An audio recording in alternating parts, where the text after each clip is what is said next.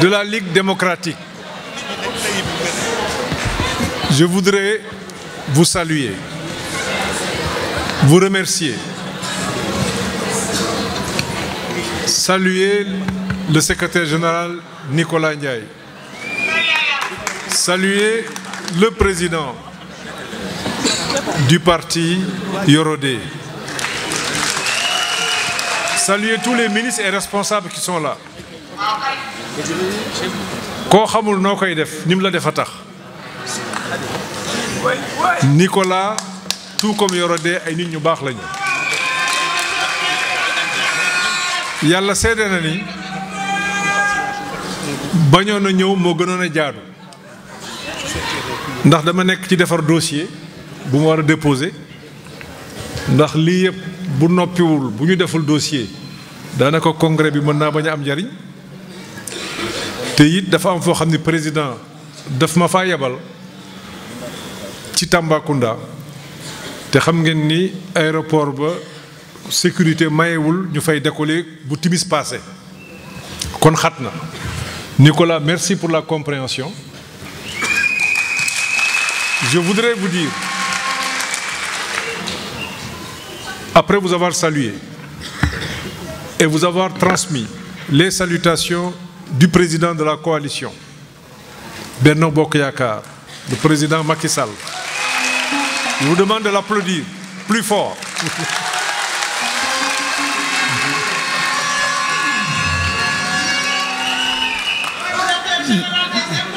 Merci, merci, merci, collègues. Ça, c'est une vieille histoire. Je voudrais vous remercier pour cette cérémonie d'investiture et pour cette grande mobilisation.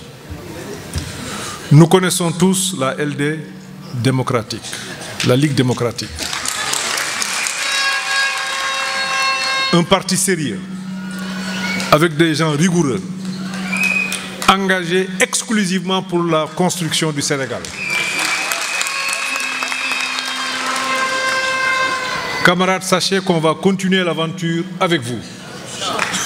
On va continuer l'œuvre de construction entreprise par nos différents chefs d'État, mais plus particulièrement par le président Macky Sall, pour faire du Sénégal un pays de paix, pour faire du Sénégal un pays où la prospérité est partagée, c'est-à-dire plus d'équité, plus de justice. Le président Macky Sall a beaucoup fait. Nous allons poursuivre cette œuvre, poursuivre la mise en œuvre du plan Sénégal émergent, mettre l'accent sur l'emploi, plus d'emploi, plus d'équité.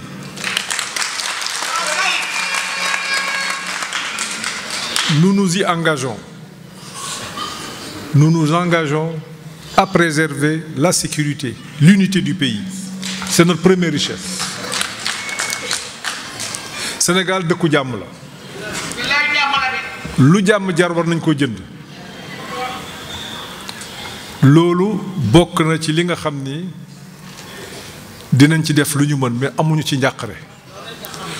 Ndax ñi nga xam ni ñu ngi nekk ak ñoom xam leen. Ku mel ni Yorodé, ku mel ni Nicolas Ndiaye ñoom laa ci ber ndax bés bi day seen bés mais li ma wax ci Nicolas Ndiaye mën naa ko wax ci Momar Samb wax ko ci Samba Sy mën naa ko wax ci ñi toog fii ñëpp ñun benn lañu benn bopp lañu kon li nga xam ni def nañ ko mooy ànd ba tey jii luñ ci yokkul duñ ko wàññi ànd nag liggéey réew mi ci njub liggéey réew mi ci teraanga kooku engagement la boo xam ne bu ñu ñëwee toog ak ku mel ni Nicolas Ndiaye fii mu jiite tey Ligue démocratique ñu xam histoire u Ligue démocratique je pense que message boobu mënut a bañ a feeñ parce que Ligue démocratique ci loolu lañ leen xamee ci loolu lañ leen gisee. Camarades, je ne serai pas plus long. J'accepte votre investiture avec humilité. J'accepte votre investiture avec honneur. Et je m'engage avec vous. Et ça, c'est important. Je m'engage avec vous à poursuivre l'œuvre de construction du Sénégal. Et je suis sûr qu'avec votre soutien, avec vos conseils, nous continuerons, nous irons encore plus loin, nous irons encore plus vite et nous ferons encore plus. Je vous remercie de votre aimable attention. Le PM est parti, mais ce congrès, c'est le congrès de l'ALD, de la Ligue démocratique. C'est pourquoi, au nom de la Ligue démocratique, je salue la présence de tous ceux qui sont dans cette salle, en particulier nos invités. Je vous ai vus, vous tous. Je vous remercie, vous tous, du fond de mon cœur, au nom de la Ligue démocratique. Nos invités, ministres, députés, les camarades de Benno Bokk Yakaar, les camarades de la CDS, les camarades de la gauche plurielle et bien sûr les camarades de la Ligue démocratique. En particulier ceux qui sont venus de très loin et qui sont venus hier et qui ont passé la nuit à Dakar. À tous, je dis Assalamu alaikum wa rahmatullah wa barakatuh. Aux camarades de la Ligue démocratique, c'est avec une immense fierté et un profond respect pour notre histoire que je me tiens devant vous aujourd'hui, jour de congrès crucial de notre parti, la Ligue démocratique. Nous sommes réunis en tant que gardiens d'une tradition démocratique vieille de plusieurs décennies. Dans moins d'un mois, nous célébrerons le 50e anniversaire de notre parti.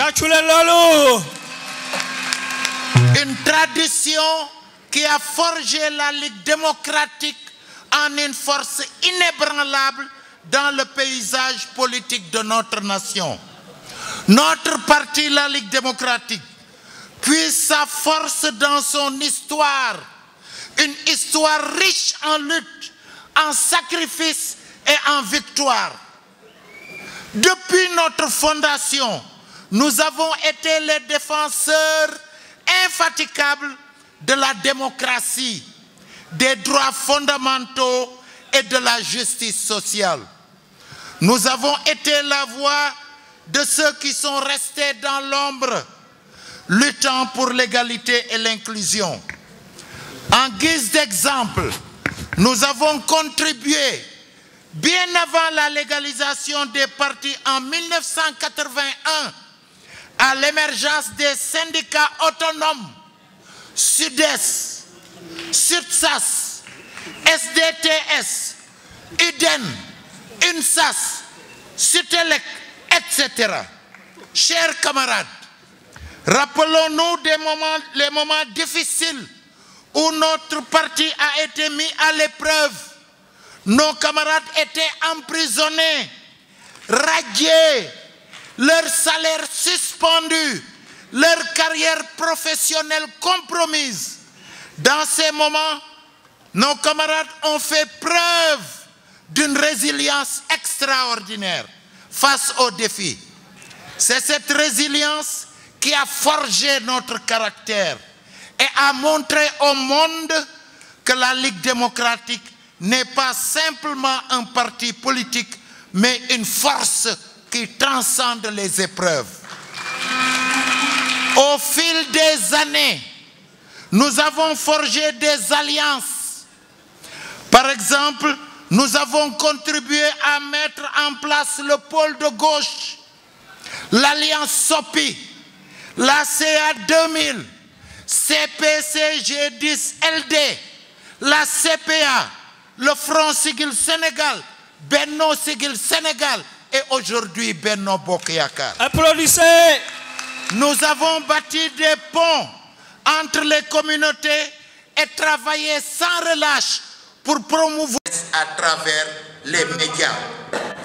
Candidat Amadou Ba, votre engagement envers les valeurs fondamentales de notre coalition, votre détermination à faire face aux défis qui se dressent devant notre nation et votre vision claire pour un avenir meilleur ont fait de vous le choix naturel pour représenter notre parti lors de cette élection. Je dis à Amadou Ba à travers les médias, Monsieur le Premier ministre, ce parti que vous avez devant vous est un parti de militants authentiques.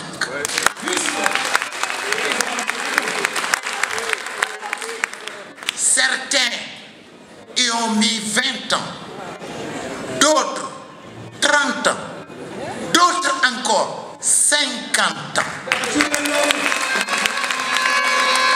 Moi, le secrétaire général du parti, je suis entré dans ce parti en 1977. J'avais 22 ans. Aujourd'hui, 2023, j'ai 68 ans. Et quand je suis entré dans ce parti, j'y ai trouvé d'autres qui m'y ont précédé.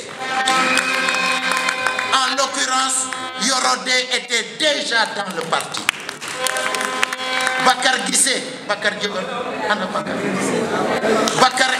déjà dans le parti. Ousmane Badiane était déjà dans le parti. Ça, ce sont les plus anciens. Yaya Diatta, qui est derrière, était déjà dans le parti. Donc les gens ont fait dans ce parti 20 ans.